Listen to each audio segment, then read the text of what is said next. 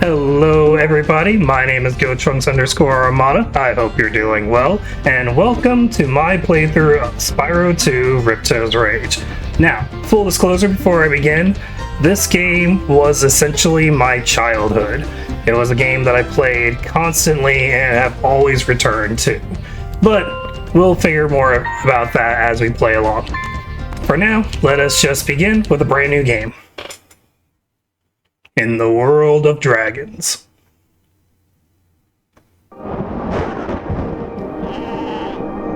Fun fact, I believe we're in Stone Hill here.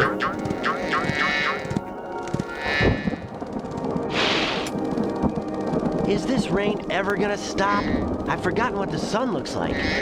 We should go on vacation. Somewhere warm, somewhere sunny. Tom Kenny's first performance as Spyro. Yeah, I haven't been there since we kicked Nasty Nork's butt. How about it, Sparks? You up for a vacation at the beach? Last one there's a Nork! Meanwhile, in the world of Avalar.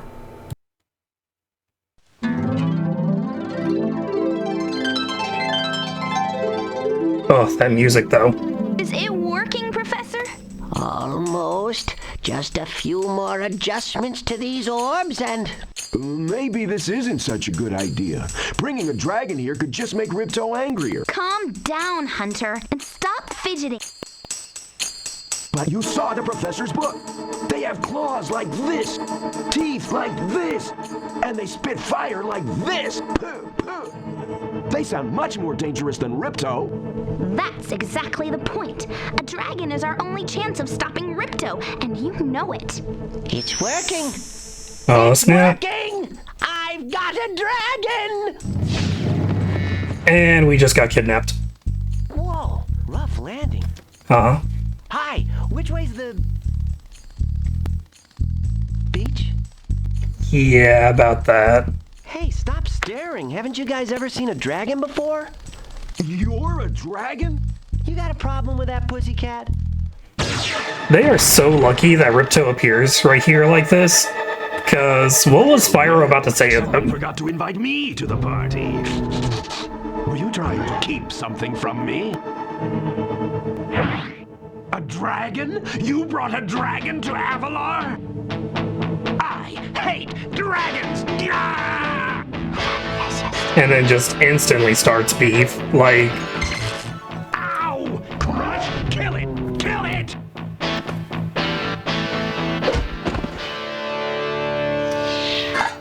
yeah, so this is probably the single worst move Ripto has ever made in his life. Ow! You imbecile! You ate my scepter! I'll deal with you later! Runs up somewhere, finds a dragon, makes an enemy, loses his scepter, runs away like a bitch. And we have to get rid of him. He's causing all sorts of trouble around here, but I haven't got time to explain. Here, take this magic guide to Avalar. It'll help you begin to understand our worlds. Right now, I have to follow Ripto and see what he's up to. I'll meet you in Summer Forest, okay? Hey, wait a minute! How do we get ourselves into these messes, pal? The adventure begins.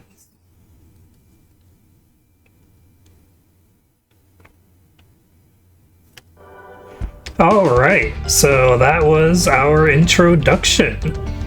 Essentially, Spyro, after freeing all the dragons in the Dragon Realms, was going about his business peacefully one day, wanting a vacation from all the rain, and attempts to go to Dragon Shores.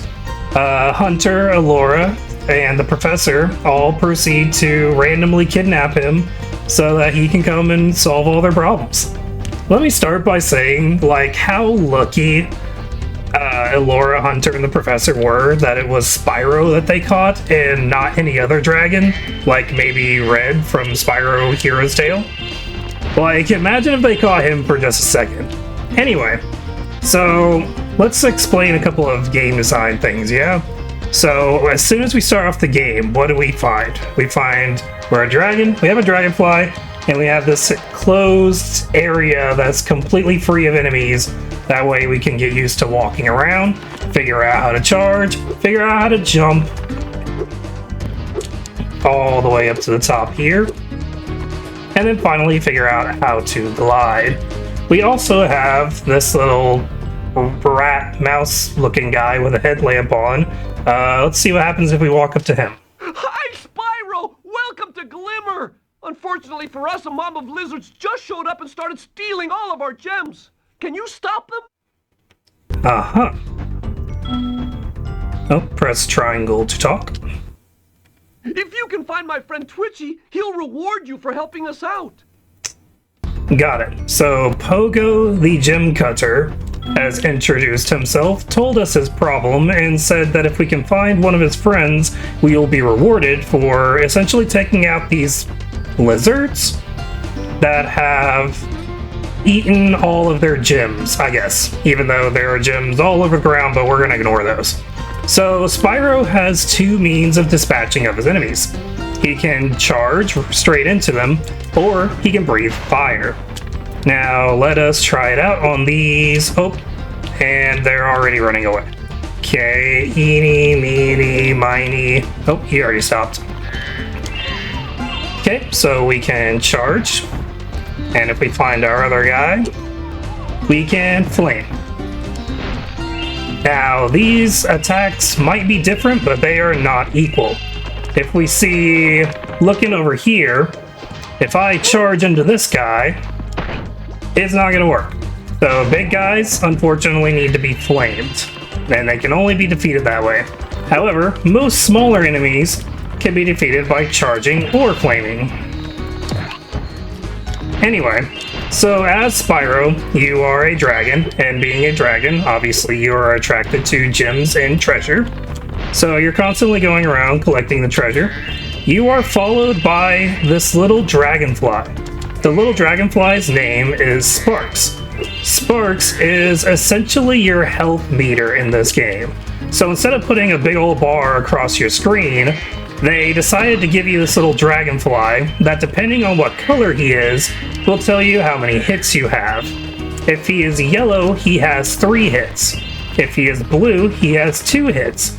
And if he is green, he has 1 hit. After that 1 hit, Sparks will disappear. And if Spyro should get hit a last time, he will be dead. And without further ado, let us move forward, because I think a fairy wants to tell us something. Hi, Spyro. I'm a friend of Elora's, and she's asked me to help you out. Whenever you find me, I'll remember your progress like this. That zap means that if you get into trouble, I'll return you to this place. See you around. Got it. So we, quotation marks, get into trouble, in quotation marks. In other words, we die in the game. This will act as our checkpoint. So let's collect the gems. Let's get all the lizards. There's a guy right here. He was chasing, harassing that poor defenseless little gem cutter. Keep in mind that we're only addressing these guys as lizards so far, where they don't seem to have any relation or affiliation with Ripto. They're just native lizards to this land. But you know what? We're at the very beginning of the game. We're still. These are tutorial enemies, right? We'll get Ripto minions later on in the game, I'm sure. Okay, so let's see what the gem cutter has to say. We gem cutters are a bit too short to climb these ladders. Looks like you are too. After you learn to climb, come back to Glimmer to see me. Yay! So, love it or hate it, Spyro 2 has this little feature where it will introduce abilities and levels that you haven't learned the ability of yet, which will force you to backtrack to say level in the future once you learn the ability. In this case, we can't climb ladders. We will learn how to climb later, and there will be other abilities that we will also learn later in the game, but this is the very first instance of that. Now, let's take off our beginner's cap for just a second and say we don't want to play by the rules, we just want to get up there. Spyro 2 for the PlayStation 1 has something called a double jump glitch. Spyro's normal jump height is about this high, which is pretty good, but not quite enough to get on top of this gym here, right? However, with this double jump glitch, if we jump and then add a charge at the very top of it, so that it turns into a charge jump at the very top of the jump, it turns into this. Oop. Hold on one second. There we go. So yeah, that looked a lot easier. That was essentially the double jump glitch. You jump and then add a charge to the top of the jump while holding the jump button. And this tells the game that we need to add upward momentum from the charge. So you see how when I jump in the air, there's kind of this this very slight upward momentum before Spyro dives down? While holding jump, the game reads that we still need to go up, adding upward force, upward momentum to Spyro's normal jump, creating the double jump. Anyway, so yeah, now that we've essentially broken the game and gotten up here, what's this guy gotta say? Hey, great! You've got the Superfly power-up active. Now you can light the gem lamps in this cave. Got it. So this is our introduction to power-ups. Spyro 2, different from Spyro 1, has these little power-up gates that grant you special abilities for a short time. This one, for example, gives you the ability to fly, which we will use to light all these gem lamps surrounding the room. And after lighting all these gem lamps, we will light this gem lamp here in the center.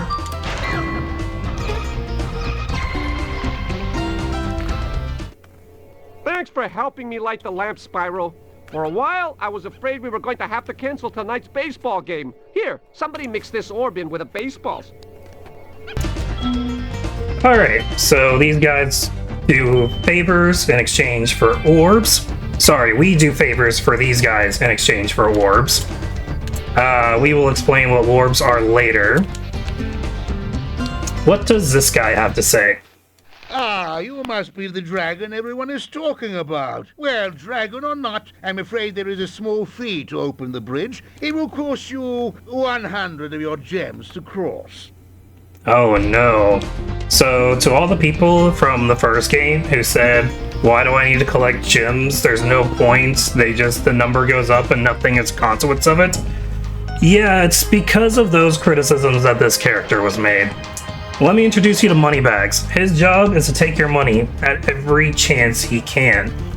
This gives you a gatekeeping to certain areas, certain missions, and certain areas of level in exchange for collecting all the gems around certain maps, and he will take a pretty nice chunk of them if you don't stay on top of your gem collecting game. Thankfully, that's not going to be too much of an issue for us, but yeah, it is always annoying how often this guy goes about taking your gems. So we're going to say no. You'll have to pay up sooner or later. It's the only way across. I have to look after my, Avalar's financial well-being. You know. Right. So yeah, we're going to say no to him. And let me show you if we do our double jump from before, with a nice little hover at the end, we can get away with not paying him.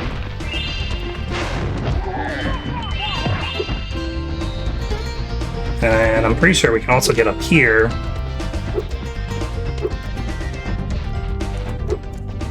There we go. And grab these gems up here. Alright, I guess I'll be a proper playthrough. Let's go pay him. Back again, eh? And with plenty Yeah. of treasure, I see. Oh, Would sure. you like me to open the bridge? I Not won't even really. increase the price. Oh, that's nice. Yeah, open it up. Thank you, Mr. Dragon. Mhm. Spyro, was it? Mhm. You can now use the bridge whenever you want, free of charge. Mm. I hope we meet again, when you have even more gems. So essentially what you told me is this bridge was always here. And then upon hearing on my entry into your realm, country, province, whatever we consider Avalar to be, worlds, you immediately took out the working bridge to then re-put the bridge once I come around to pay you. Pretty sure that's some level of extortion, but okay.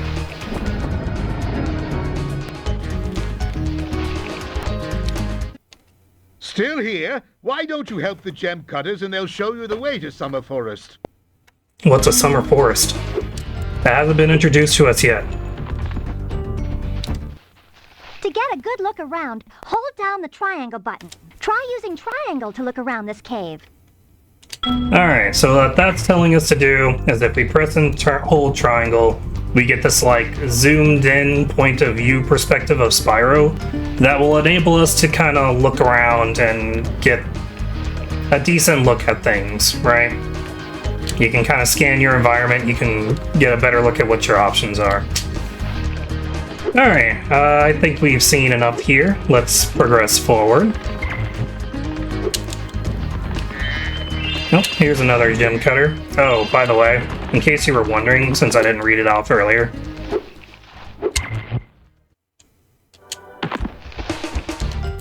This guy's name... Climb later on. Come back and see me then.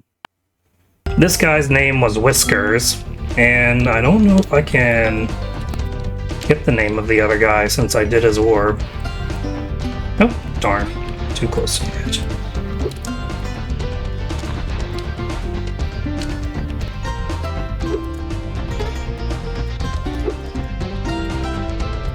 Yeah, I can't talk to him. I'll put an editor's note at the bottom to tell you what his name was.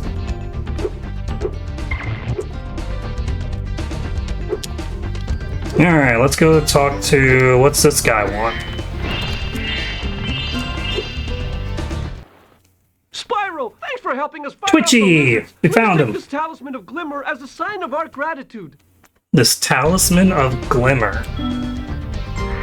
Ooh.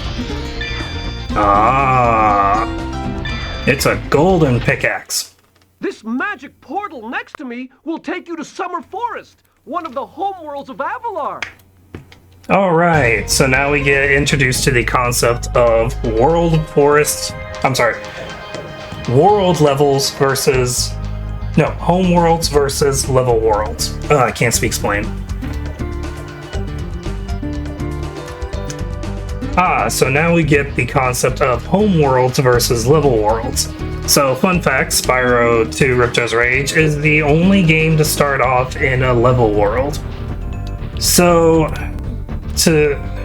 I'll explain it here in a moment. Press triangle to talk. Step through the portal next to me to go to Summer Forest. Right, we're not gonna do that right this second. We got some gems leading us this way. So, let's come out here and, I guess, light some more gem lamps. Lizards.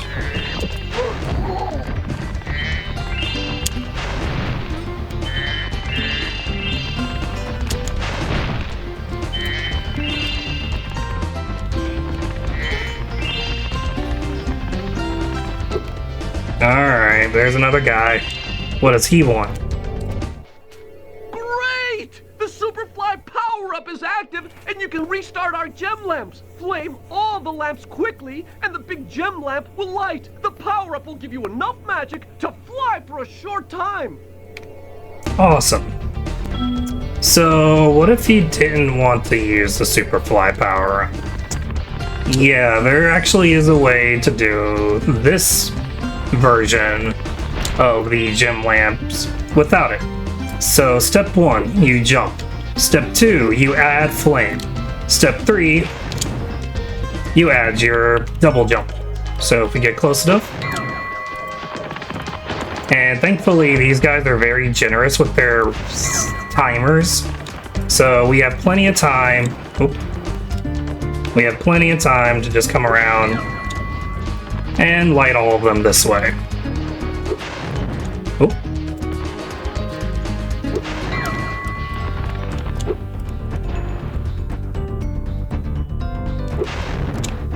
Yeah, I figured. I might be taking too much time. Yeah, I'm definitely taking too much time. Oh, no, I didn't. I thought the purple one was gonna go out. Thanks for helping me light the lamp, Spyro. A fairy gave me this orb, but I like gems better. You take it instead. By the way, this guy's name is Conga, the gem cutter. Alright, so as of this point, we have been introduced to the 3 main collectibles that this game has to offer. The gems, the orbs, and the talismans. As a quick breakdown, the orbs are your rewards for doing all of the side content. So unlike Spyro 1, where you just run around, collect gems, and rush to the end of the level as quickly as possible, Spyro 2 introduces side activities and mini-games that kind of give you a bit of a break from all the running, jumping, and platforming, as that gameplay can get stale for some people if, you know, not interrupted with something for too long. Plus, it adds game variety, so all around good thing, right? Thanks to these mini games. So, okay. Hold on, I want to talk to this guy and then I'll resume. These little lizards have eaten my entire Bounza. crop of gems. I've tried hitting them with rocks, but they're too fast for me. You can try using one of my rocks. If you have any questions, just ask me. Anyway, so they introduced side activities. Now the talismans are the rewards for getting to the end of the levels, as opposed to the whole rescuing random dragons, collecting some dragon eggs, and collecting gems. So, anyway, this mission wants us to take the rock and shoot the lizard. Shoot the lizard. There we go. Nice shooting. Follow me to the next lizard. Yeah, I'm not gonna use a rock on this. By the way, if you run too far ahead of him, he will end up stopping. So you kind of gotta stay with him. Otherwise, he gets very upset.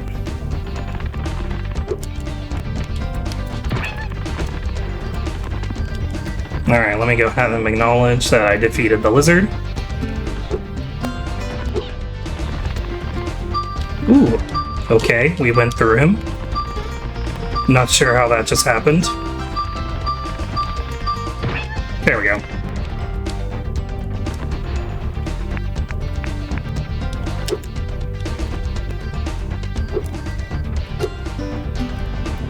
Alright, so we just gotta follow him to all these lizards. Unfortunately, we have to actually stay behind him. He doesn't just want you around him, he wants you following directly behind him, otherwise he's gonna get all mopey and sad about it. Oh, too close.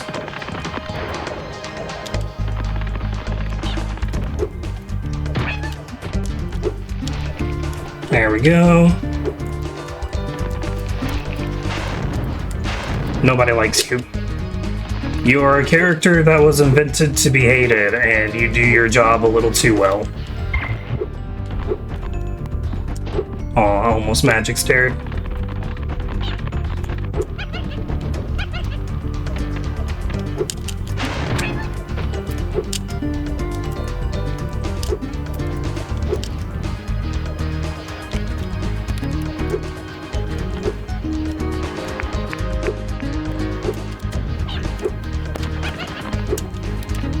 So, unfortunately, yeah, I'm gonna have to grab a rock for this one.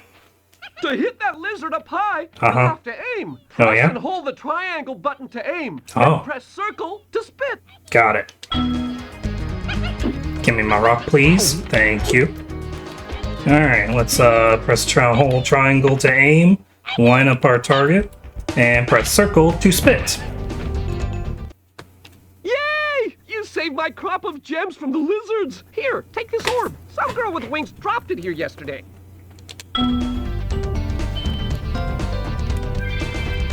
Okay, so we've got 3 of 3 orbs. We've got the talisman, and we're missing 2 gems. So, yeah, you remember when we broke the game a little bit to get to the Superfly power-up in the cave that we needed to learn to climb? What if I told you that's only the beginning on how much we can break this game? Let me introduce you to the easiest level break this game has to offer. Stand right here, double jump, and you're outside the level bounds.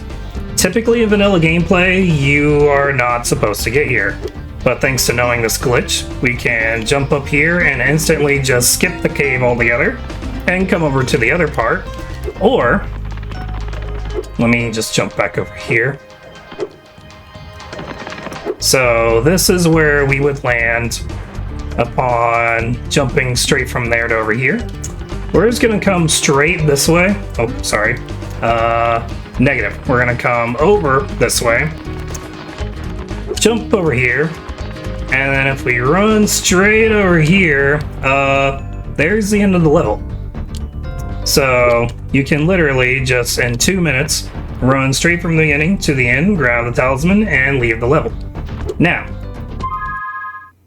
we have 298 gems. Spoiler warning. Well, okay, if we look down toward the bottom, we have 398 gems out of the 400 available gems. So we're missing 2 gems. So how do we go about finding where we left a gem? If you press L1, L2, R1, and R2, Sparks will now become a gem finder, and he will point you toward whatever gem you may or may not have forgotten about. Now, unfortunately, he only points. He doesn't give any other indication other than that. So you kind of gotta guess where Sparks is trying to lead you. I think I know where he's going. But, you know, we'll leave him pointing just to show off that that's what he does.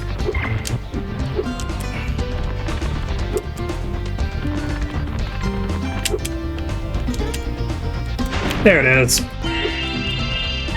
And there we go. We have completed our first level. And we get that lovely little gem chime and trumpet horn of victory. So yeah, that is Glimmer. That is the very first thing you will experience in Spyro 2 Ripto's Rage upon starting a new game. What do you say we move on to Summer Forest? In Summer Forest.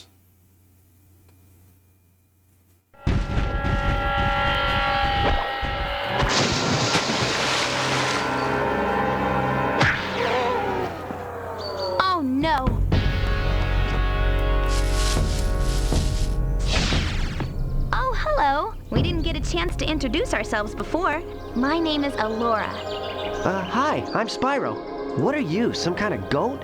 I'm a fawn, you dork. Oh, sorry. Did you meet the gem cutters in Glimmer? Yeah, they gave me a souvenir too. They called it a talisman. They gave you a talisman?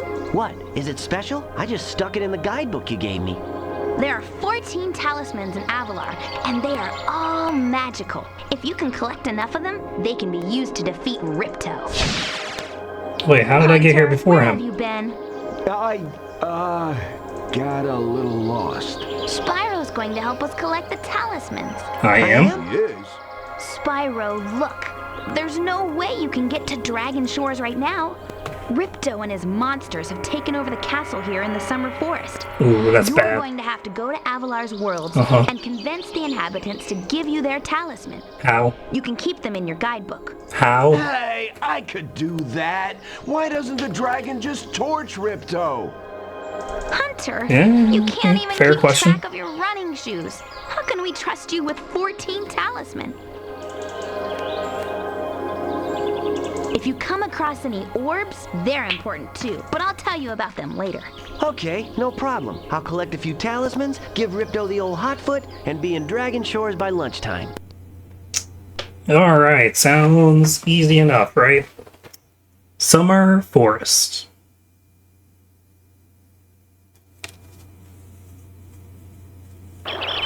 Always loved the guidebook motif. I really appreciate that Reignited sticks with that. Alright, so, welcome to Summer Forest, the very first homeworld of Avalar.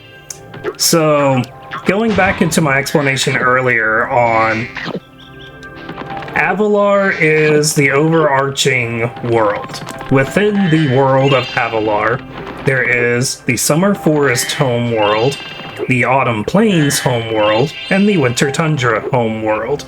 The Summer Forest homeworld is what we are in now, and each homeworld holds a set, well, not set, I shouldn't say set, holds a variance of level worlds that occupy each homeworld.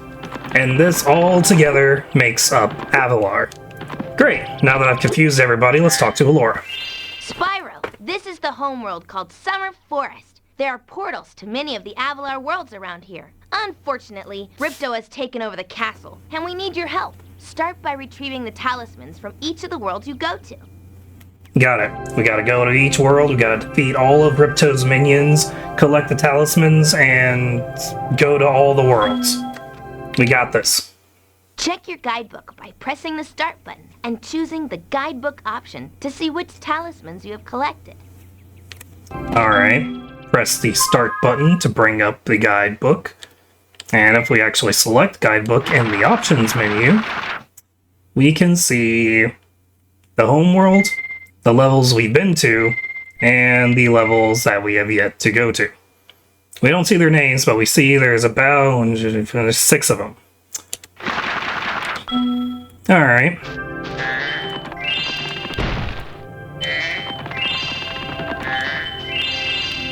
Alright, I got this. Ugh.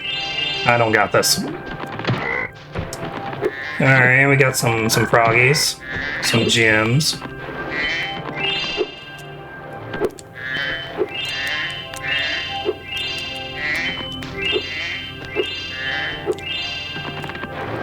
Oh, hey. You weren't there before. Hiya, Spyro. Ripto smashed this bridge, so I guess you'll have to glide across it. Press X to jump, then press X again while you're still in the air to glide. Psh, I don't need to glide. Don't tell me what to do. Look. See? I don't need no glide. You're not gonna give me some long, blown-out tutorial on how to glide. No. No, no, no. Hi, Spyro. You look like you're pretty agile. Oh, Let's start no. putting it to a test. Okay. See if you can get up this first step. Press First X step. and hold it down to get more hang time. Okay, so this actually does explain a fundamental mechanic in Spyro. Spyro has variations to his jump. If you tap the X, you only jump this high, and as long as you're tapping X, you will never get up here. But if you hold X, he starts jumping higher, and now you see, you can make the step. So holding X versus just tapping it. Okay, not bad. Now to make this next jump, you'll have to glide. Press X to jump, then press X again at the top of your jump to get the maximum glide distance. So there's our glide tutorial again. And just like the first time, you can cheese it by just doing a charge jump. Nice job! Now try to do a hover. Press X to jump, then press X again to glide. Then when you reach the end of your glide, press triangle to hover. Hovering will give you extra height and distance. Alright, we get introduced to the hover mechanic. Now, funnily enough for this one, if you do a charge jump and glide, you don't have to hover. Very good. Now for the hardest leap of all. You'll have to give this one everything you've got. Get a walking start, jump, glide, and hover just before you get to the edge of the platform. Don't forget to press forward on the D-pad or analog stick when you hover. Alright. So, we're just gonna do this. Wow, you're a pretty good athlete. If I hadn't lost my running shoes, I'd take you on for real. For now, here's an orb for your collection. So here's the interesting part. here he says if he hadn't lost his running shoes, he would take us on for real. He gives us an orb.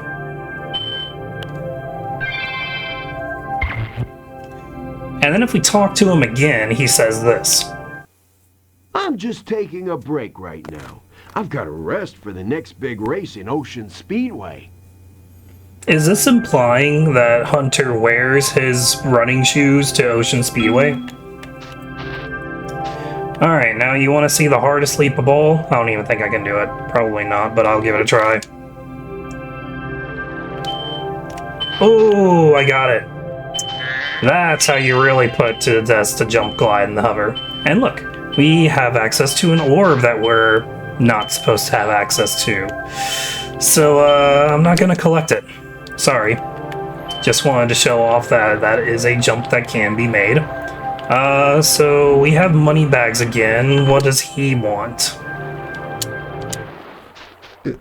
Sorry, Spyro. I'd love to teach you how to swim underwater, but not as much as I'd love to take your treasure. So, this is what I was referring to earlier when I was talking about money bags being a gatekeeper. Until we get 500 gems, we cannot purchase the ability to swim underwater, which we can see from that little opening down there. We need to be able to swim underwater in order to get through. So we've got, what, 373 gems? So we just need to run around and collect some gems, yeah? Oh, by the way, what does Zoe have to say? Sparks, the dragonfly following you around is your health indicator, Spyro. The brighter he is, the more hit points you have. Absolutely. As soon as I find an enemy, we'll show off the Sparks variants. Don't worry. Oh, look at that. One of those butterflies was a blue butterfly, and a blue butterfly gives Spyro a free man. That's how you get your lives in this game. So, a bit of an advanced mechanic. Every, what is it? I think it's 10 butterflies that Sparks will casually consume will make either the 10th one or the one after the 10th one, thus being the 11th one technically, the free man.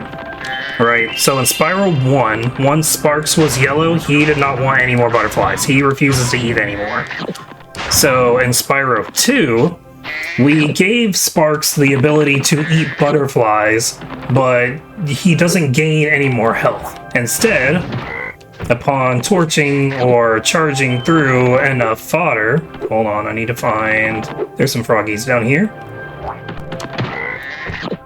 You'll get a free man. So that's how that works. So if you need to farm for lives, you can just run around in a home world collecting all the fodder, and you will have 99 lives in no time.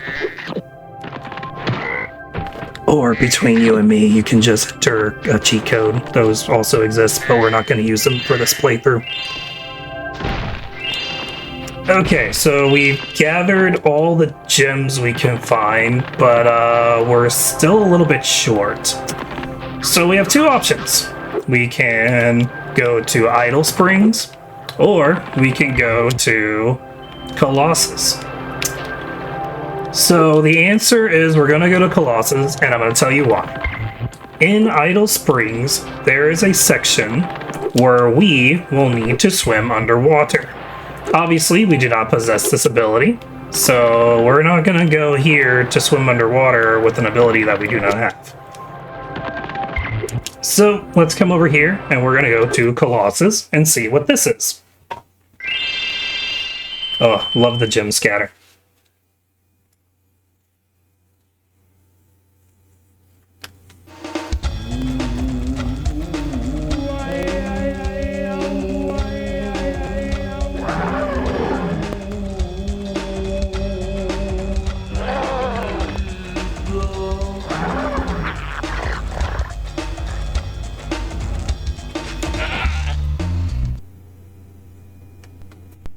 Gotta love those little cutscenes that show you what this world's about.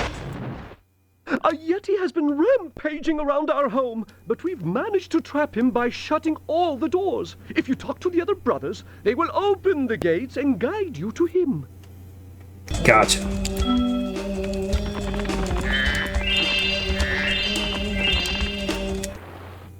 To get the talisman for this level, you just have to make it safely to the exit. Okay, so just like the last one. Cool. Good to know. And we got some goats. Alright, we'll torch the goats. We got goats. Okay. Well, yeah, cool. Whatever. We got some goats. By concentrating, Brother I should Arnie. be able to open this door for you. Oh, how are you going to do that? Right, chanting. The door's open. Leave me alone. I'm trying to meditate. Uh-huh. Well, you're rude. Ooh, we got a giant ack. Oh, he rolls at you. Run away. Got it. So you're a big enemy, so you can only be flamed. Understood.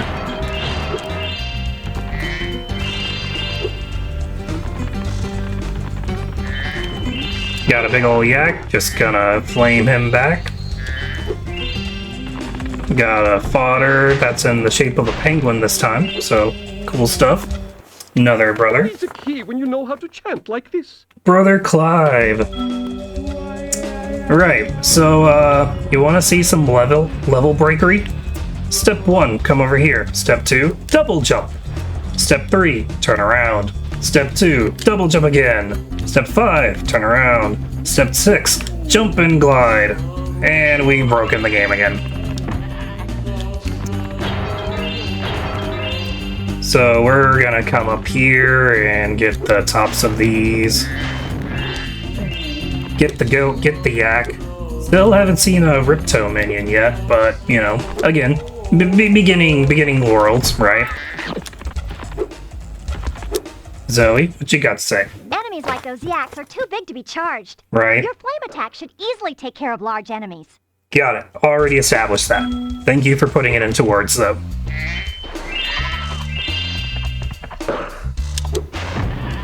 Ha. He bucked on air. My horns are harder than yours. Okay, so remember when I showed off the power-ups in the first world? You will notice that this one doesn't do anything. And when we run through it, we see in the top right corner that weird white thing with a 9 by it, and the portal, the power-up gate, whatever this thing's called, has the number 11 on it. So, Zoe, what's that about? Each time you defeat an enemy, it will release a spirit particle. Uh-huh. The spirit particles will activate the power-up in that world. Oh? If a power-up is inactive, you need to defeat more enemies. Got it. So, we need to defeat the goats, the yaks, and the lizards, which are all native to Avalar, to power up these power-up gates. That's some kids game, everybody. Alright, let's come through and collect some gems. We're gonna come over here.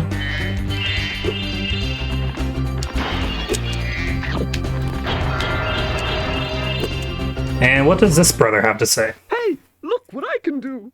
Look what he can do. Okay, oh. Huh. Wait. Oh. How can you be sure I really exist? How can I be sure I really exist? Actually, there is some tangible evidence of you existing right now. The fact that you are lifting up and down this thing on command is my proof that, at least for me, you metaphysically exist for me, as you are having a direct consequence on my world, thus on my action. And, since I am the savior of this world, you are metaphysically having an exact reaction to the entirety of the world, as being my aid to get from down there to up there, to save the world. So you both exist to me and to the world. Got him. Hello, Zoe. Remember Hunter's advice? Uh-huh. You will glide farthest if you press the X button at the very top of your jump.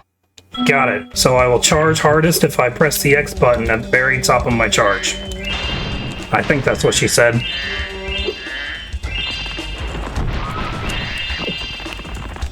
We got some goats around here. Let's get the goats.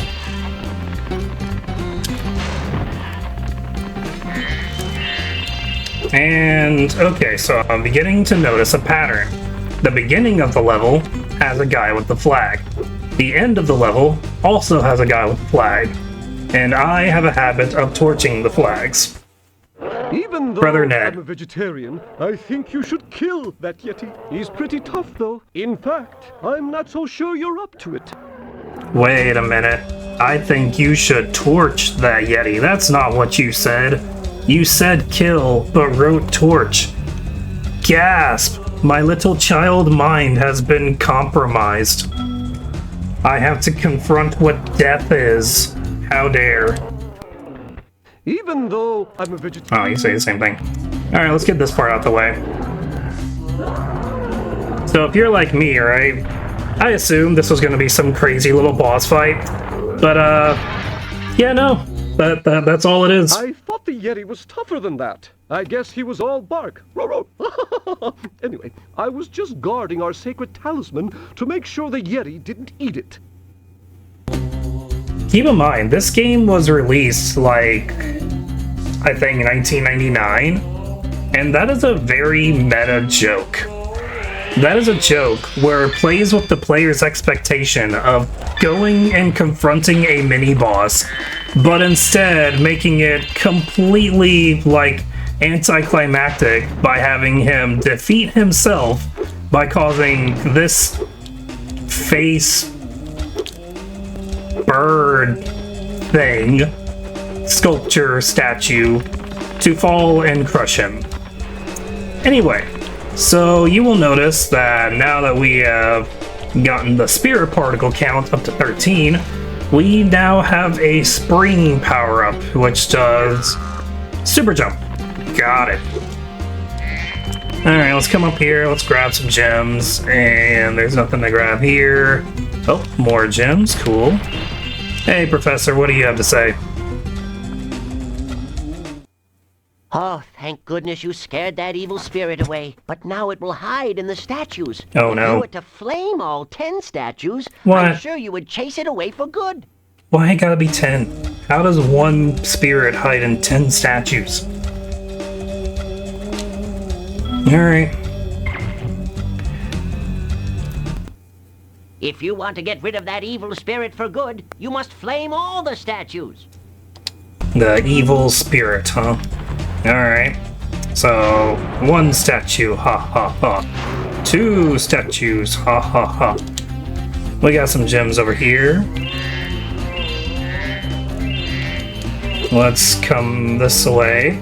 This is where the face bird statue sculpture thing came from. And if we look this way, we got another statue here in this frozen cave.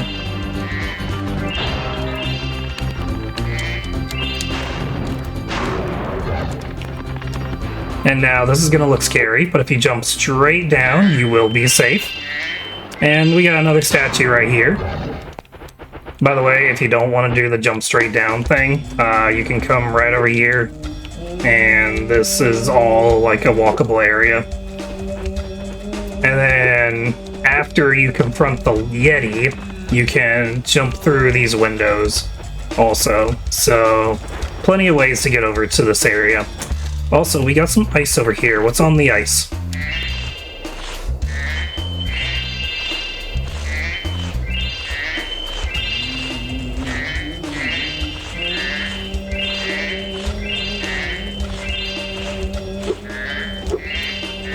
Oh, another brother. What does he have to say? Ah, Spyro! Spyro, welcome! Brother Kip. We have found that hockey is a peaceful and calming sport. Would you like to join in a match against our goalkeeper? Sure. Alright, so we're gonna play a hockey minigame. You have 2 minutes to score 5 goals in the red goal. Yay! So, Spyro isn't a hockey game. Spyro is a dragon platformer. And, this game can be kind of annoying to new players, especially young players, which, you know, seeing as it kind of catered to kids. Anyway, so you will notice that Spyro skates around endlessly. The moment he starts moving, he does not stop moving, even if you release the directional pad or analog stick. Once you have a puck, you will hear the crowd cheering. Oh, the puck disappeared. That's new. So essentially, if Spyro goes anywhere near the puck, he will automatically pick it up. And the best way to make a goal is to come all the way to one... Okay. So, to make a goal, you come pretty far back, you don't have to go all the way, and you make him go all the way to one side. And then when you're about here, run all the way to the other side, and shoot into the goal. I drove myself into the goal just to show, like, how ridiculous, like, how ridiculously long it takes for him to go from one side of the goal to the other. So again, you make him go to one side of the goal, you aim for the other side, you shoot. And you will make a goal all the time, every time. Since Spyro cannot stop, it is difficult to, like, have him wait for the puck to come his direction. Therefore, you are always forced to play this sort of following game with the puck as you're going around the ice.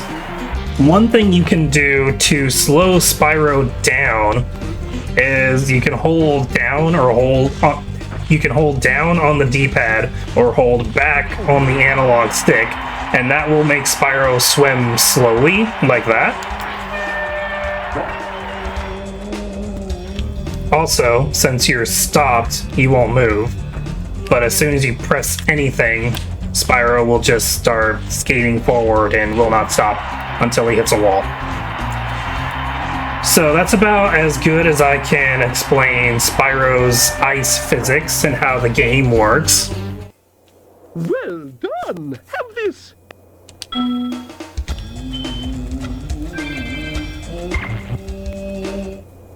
Would you like to try a game of one-on-one? And now for the next step. Now we get an opponent. Now, if we leave right now, exit the level, and proceed with our adventure, if we were to come back at a later date to retry this specific mission, we would have to replay the first part of that mission to get to this part of the mission. So, fun fact for you all, if you are able to, just go ahead and do both in one go. A lot less headache than having to repeat the first part of that later, unless you just simply want to practice. Anyway, let's play our one-on-one. The first to score 5 goals wins. You are shooting at the red goal. Off you go. Off we go. Score 5 goals before the red skater. Difficulty, 3 stars. Yeah, don't listen to the difficulty star meter. It has no idea what it's talking about. Alright, so we have another player now. He can get the puck, and he can make a goal on you. But you have a bit of a defense. You can flame him, which you can kind of use that to keep him on his back. Oh, I almost messed up.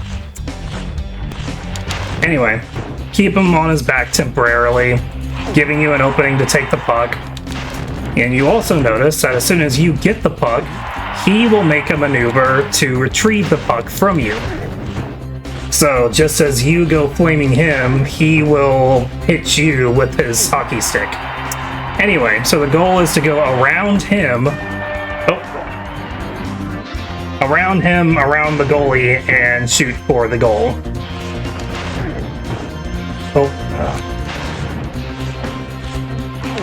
Give me this.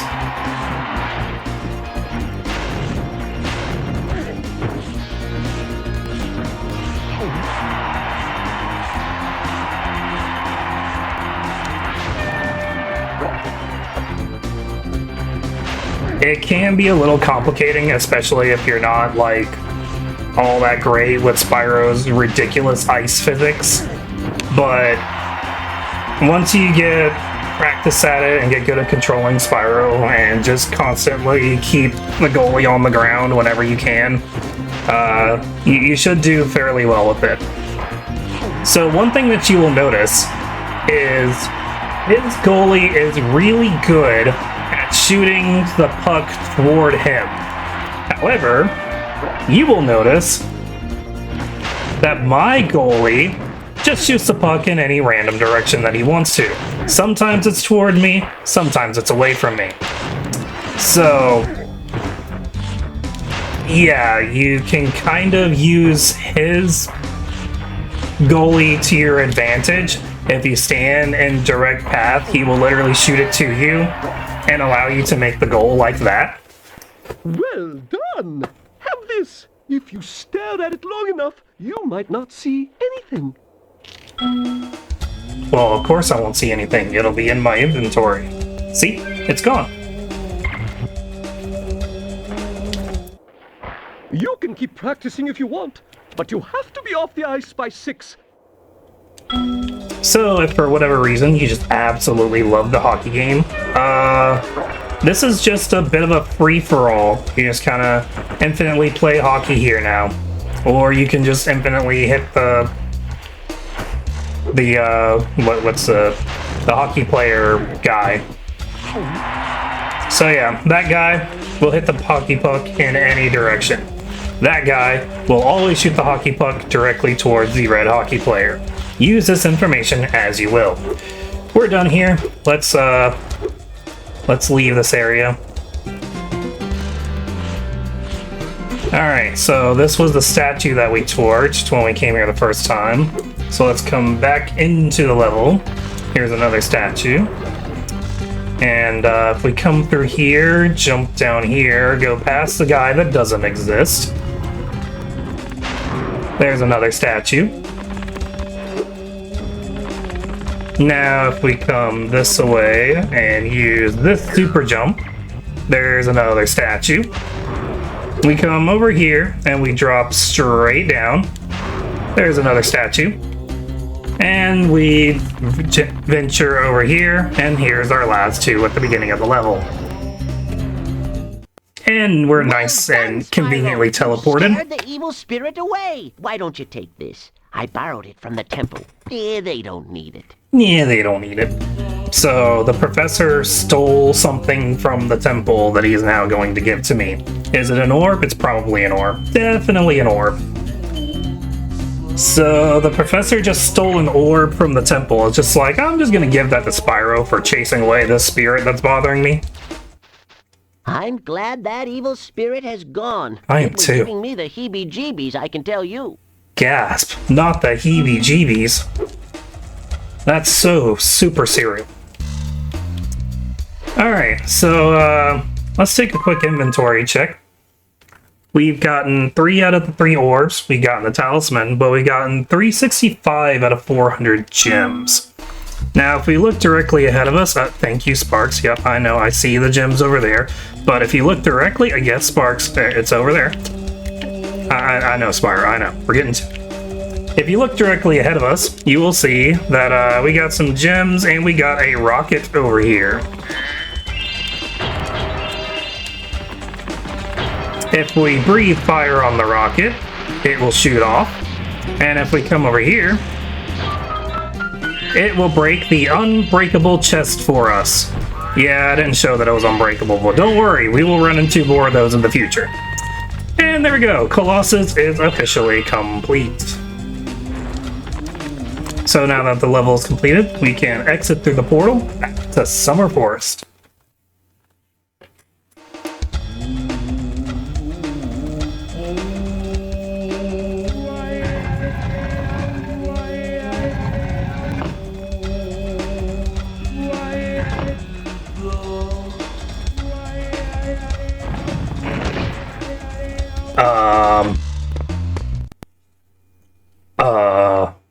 He did. I don't think he's coming back from that.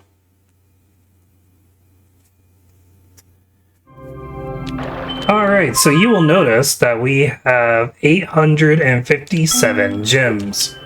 That is a little bit more than 500.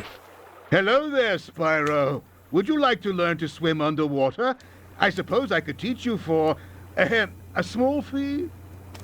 What happens if I say no? Okay, you don't have to learn to swim yet, but you won't get far in Avalar until you do. Yeah, unfortunately, you're right. I mean, technically, there's a way that if you come up here, you come this way, you jump up here, you jump over here, you jump over here, you come over here, and you can do a boundary break that allows you to jump up and over this little wall. But if I do that, I'm gonna kind of soft lock myself over there. And plus, we're doing a proper playthrough, so let's purchase the ability. Hello there, Spyro. Hello there. Do I want to pay 500 gems to learn to swim underwater? Yes, please. Great. Okay, when you jump in the water, you Yes. can use the D-pad to move around the surface. Yeah. Use square to dive underwater. Ah. When you are underwater, use X to paddle and square to charge. Got it. So what he said is, you get onto the water, press the square button, and you're underwater. As long as you're underwater, you will not move anywhere with just your directional pad or analog stick. You have to press and hold X to doggy paddle forward, or you can press the square button and you will charge with your wings, using your wings as flippers. It's kind of cool, kind of creative, kind of inventive. I dig it. Alright, so you can also just directly dive into the water by doing that. As long as square is pressed and held upon contact with the surface of water that is swimmable, you will be able to dive. Alright, so I said we needed to learn swimming. By the way, does Moneybags have anything new to say? Remember, to dive underwater, press square. Got it. When you are underwater, press X to paddle or Got it. square to charge. Ah, alright, cool. Thank you. So, we needed to learn to swim before going to Idle Springs. But before we do that, let's come over here. Because you may or may not have noticed, or I probably didn't do a good job at running around to it because I was talking about other things. But if we come over here, we see a little bit of a pond, and we see gems down there. So let's jump, and now we can get the gems. And of course, you can't give me this little underwater cave and expect me not to go in it. Especially in a game that, interestingly enough for the time, you will notice that Spyro doesn't have a breath meter. That's right, Spyro can hang out underwater for as long as you want. So, given the time that this game came out, video games were infamous for having terrible underwater levels with terrible underwater controls, and oftentimes slightly anxiety-inducing because most of the time your character can't breathe underwater, and thus they have a meter that tells you how long they can hold their breath for. Spyro, while I don't think he can breathe underwater, I guess can just infinitely hold his breath. I'm not going to ask too much about how the physics work. The point of the matter is, Spyro can stay underwater infinitely and deal with it, I guess. It is convenient for us, the player, and honestly, it makes the game all around better for it. Okay, so now that we've officially done the correct way of coming over here, let's go ahead and grab this. And with that, I guess we can officially glide to Idle Springs.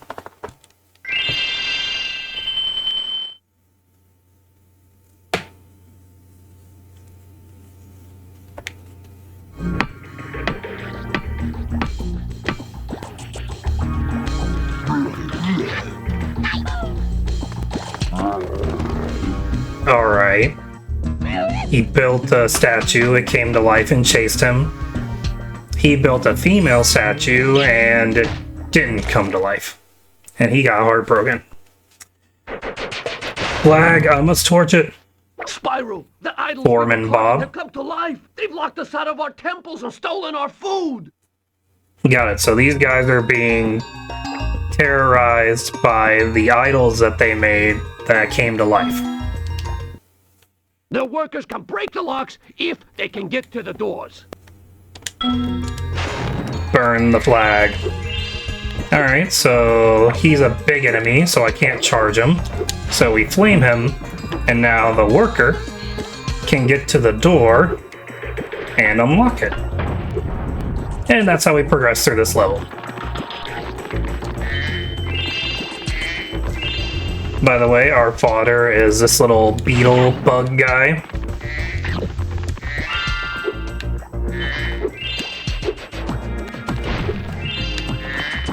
And you remember how I said we needed to learn how to swim?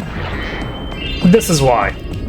Immediately, the very first thing we see in this level is the door to progress forward and this big old body of water with an underwater cave. And if we come to the cave, we will emerge to a bunch of green gems and Foreman. I've been Foreman locking Bud. all our tools, and the giant idol heads won't let the workers in unless we can solve the 3 puzzles they've given us.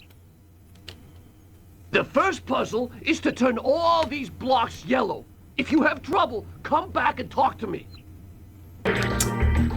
Solve the 3 giant idol puzzles. The first puzzle is to turn all of the blocks yellow. Ask Foreman Bud for help. Okay, so this is a puzzle where some of the blocks are yellow, some of the blocks are not. By jumping on the block, one block will turn yellow, some will turn not yellow. Different combinations of blocks will make different blocks yellow and not yellow. Each block has a set that it will turn yellow and a set that will turn not yellow. The easiest way to complete this is to hit all 4 corners, and only the 4 corners. If you deviate from the 4 corners, you will end up ruining yourself in the long run. And if you deviate too much from the corners, the 4 corners method won't work anymore. So if you find yourself in a position where you kind of, I don't remember what to do now, and I don't know how to make the things do the thing that I want it to do, talk to Foreman Bud. Jump on the blocks to change their color to yellow. Right. Would you like to reset the puzzle? Yes. Let's start over. So, the solution from the very beginning, the quickest way you can do this is jump on corner, corner, corner, and corner. Wow, Spyro, you did it! I mean, I knew you could do it. Now, meet me at the pond for the next challenge. Alright, so the very pond that I used to get in here, that's going to be the next challenge. So let's go into our little underwater reserve. Come out here, and wow, you got here quick. Says he's hungry and won't be satisfied until he's swallowed 10 fish. He's got a sensitive stomach, so watch what kind of fish you feed him. Swallow 10 fish, sensitive stomach, watch what kind of fish we feed him. Flame 10 fish. Flame fish to feed the idol. The idol is very picky. So the game doesn't tell you this, but you can flame the blue fish, you can flame the yellow fish, you cannot flame the red fish.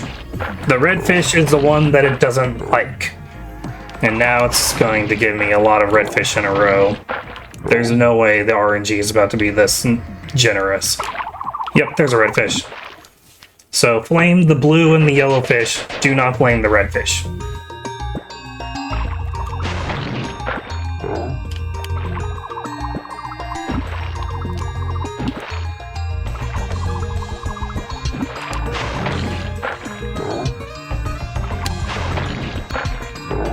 There we go. Okay, Spyro, just one more puzzle to go. I'll meet you over by the colored stones for your final challenge. So now he wants us to meet him at the colored stones, huh? Alright, so I guess that's going to be somewhere later in the mission. So let's just proceed like normal. Alright, so this is our very first introduction to enemies with shields. So remember how big enemies can only be flamed? Enemies that are metal or enemies with shields cannot be flamed. They can only be charged. So that is the balance and the length of death to Spyro's combat. He can flame, he can charge. You flame the big enemies, you charge the metal enemies. Everyone else, it is a free-for-all for what you want to do with them. You have the ability to run around, and for this game, they took away your ability to side roll. Not that side rolling was really used that often in Spyro anyway, but it was kind of nice that it was there. No, your shoulder buttons have a different function. Let's find out what they were. Those metal shields are making enemies invulnerable to your flame attack. If you press and hold the square button, you can defeat them with your charge attack. Right, so to reiterate, charge the shield enemies, charge the shield enemies, flame the big enemies, and charge the shield enemies. So if we press the R2 button, the camera will rotate to the right, and if we press the L2 button, the camera will rotate to the left. And now if we press the L1 or the R1 button, oh, it also rotates left to right. Maybe it's Spyro 3 that centers the camera.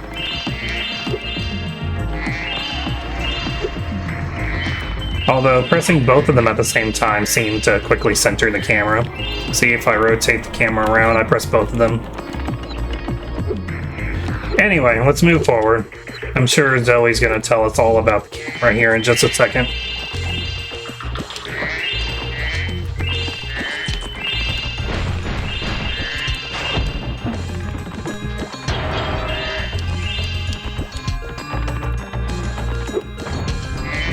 By the way, remember to farm the fodder if you want to increase your life counter. Zoe's here again. What do you have to say? To aim the camera left or right, press the L2 or R2 button. Got it. L2, R2. Alright, so here's a shield enemy, so we're gonna charge him. We got some gems over here, some gems right here. And here is Foreman, Bud, all over again. So let's talk to him. If you jump on these stones in the correct order, you will solve the puzzle. I only know what the first one is. It's up to you to figure the rest out. Got it. Jump on the stones in the correct order. So the only way to know what this is basically by trial and error. But I guess there's some strange logic to this puzzle.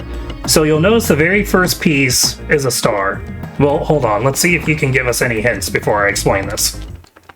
If you jump on these stones in the correct order, you will solve the puzzle.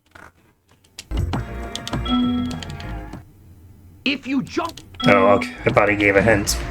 Anyway, so the first one is a blue star. The second one, I'm assuming if we're going by shape, would also be a star. Oh no! If you jump on these stones in the correct order, you will solve the puzzle. So we're not going by shape. Well, maybe we are. So instead of hitting the star, let's hit the diamond. So we got a number of points, right? If you jump on the...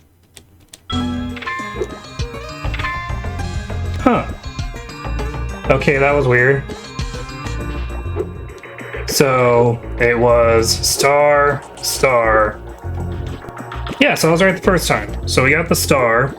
We jump on the corresponding star, that's green.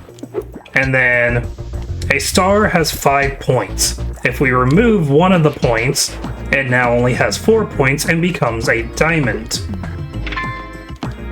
Right?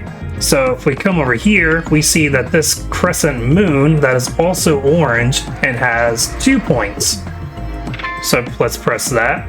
Now we see that this crescent moon is the same as the orange crescent moon, but white, and has 2 points.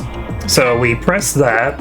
And then finally we have this full moon or new moon, whichever variant you want to call it, that has 0 points. So we will press that one. And that solves the puzzle. Yeah, that was weird. I don't know why the green star faulted the first time. That was weird. For a dragon. All I have to give you is this shiny thing I found in our toolbox. Let me guess, it's an orb? Yay, it's an orb. Got it. Got an orb. Alright, so we have solved the Tiki puzzles. Tiki challenges. Whatever we want to call it. And we have severely crippled the blue and yellow fish population of the pond. Let's just not talk about that. So we've essentially gone through 3 level worlds of Avalar. And in the first level, we fought some lizards that were harassing the gem cutters and eating all of their gems. On the second world, we found some goats and yaks that were causing some monks trouble and a yeti. And in this level, we are fighting a bunch of idols that have come to life from the very foremen that were constructing them. Now, you could argue that the idols are coming to life from Ripto's magic. Oh, wait! Actually, you can't argue that, because Ripto doesn't have a scepter. So, Ripto is magicless. Right now, Ripto's only threatening factor is the fact that he has Crush and Gulp with him. Apart from that, Ripto is a non-threat at this very moment. So, I guess technically Crush and Gulp are still terrifying enough to keep Hunter, Allura, and the Professor at bay, but the fact that Ripto had a scepter and magic was really what made him a threat to all of the Avalarians. And the primary threat got extinguished by his own hand. By the way, what's this?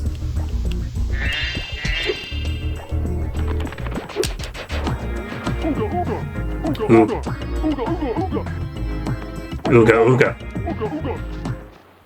It's fabulous to see you, Spyro. Hula Girl now Stella. The supercharge power-up is active. You can charge through the pedestals and send the dancing hula girls over here to help me. Alright. So, the hula girls dancing on the tiki heads need to come over here and help her against this guy. Well, I mean, I'm Spyro, so I can... Oh, right, he's a big enemy. I can... Okay. Well, I have a windmill power-up. So what's this do? Oh, no. Got it. This is a supercharge power-up. So we're gonna go like this and go through here, here, here. Missed that one. I missed one. But that's okay, because that will show off that he will just quickly throw them all back onto their original tikis for them to dance. If we don't get them all. So we have to be very quick about it.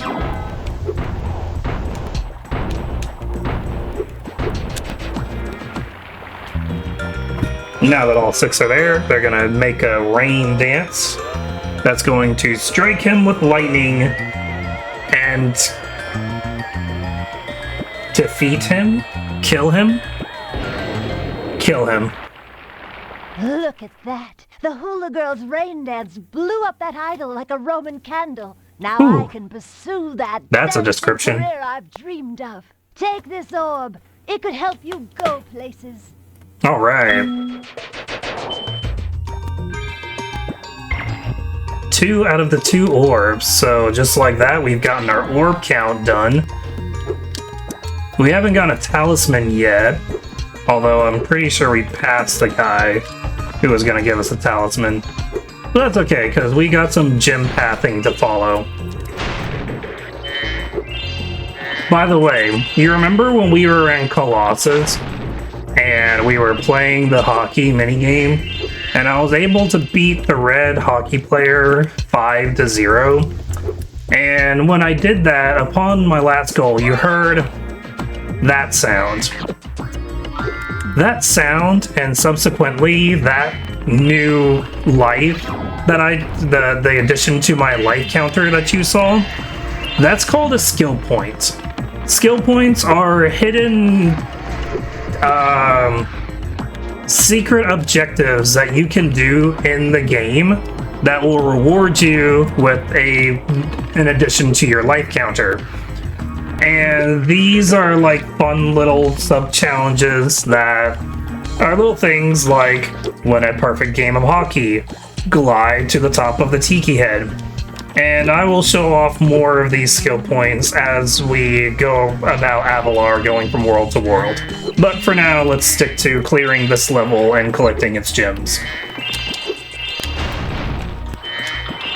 Alright, we got another rocket, so let's torch that. And we're gonna come over here. Here's another indestructible chest. See? You can charge it, you can flame it.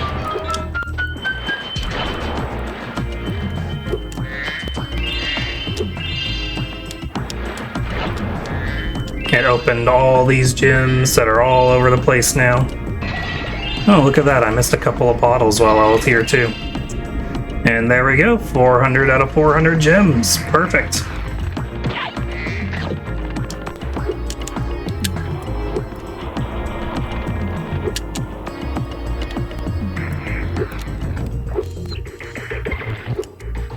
So there are ways to break this level with a technique called proxy jumping. I unfortunately do not know how to proxy jump well. I do know it's something to have to do with like hitting the beetles a certain way and running into their hitbox, but again, I never understood how to perform a proxy jump. That's more of a speedrunner's trick. Anyway, we got the flag guy right here, so this foreman's going to give us a talisman. Spyro, Foreman Max. If you ever want a permanent job, we've got a place for you here. For the moment, I want you to have this talisman.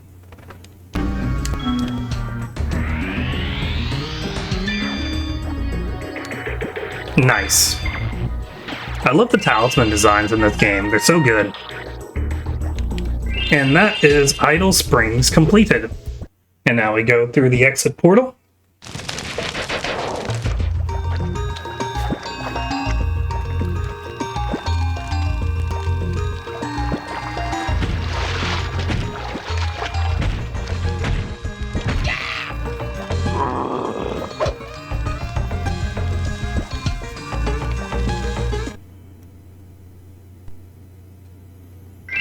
And we see that now that Spyro's intervened, now the tikis that came to life are friends with the foreman who built them.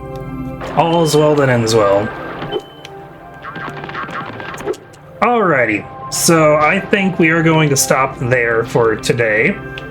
We've gone through a handful of Summer Forest's worlds, and obviously if we go down through there, we will see the other half of Summer Forest and see what it truly means for Ripto to have taken over this castle the way that he has.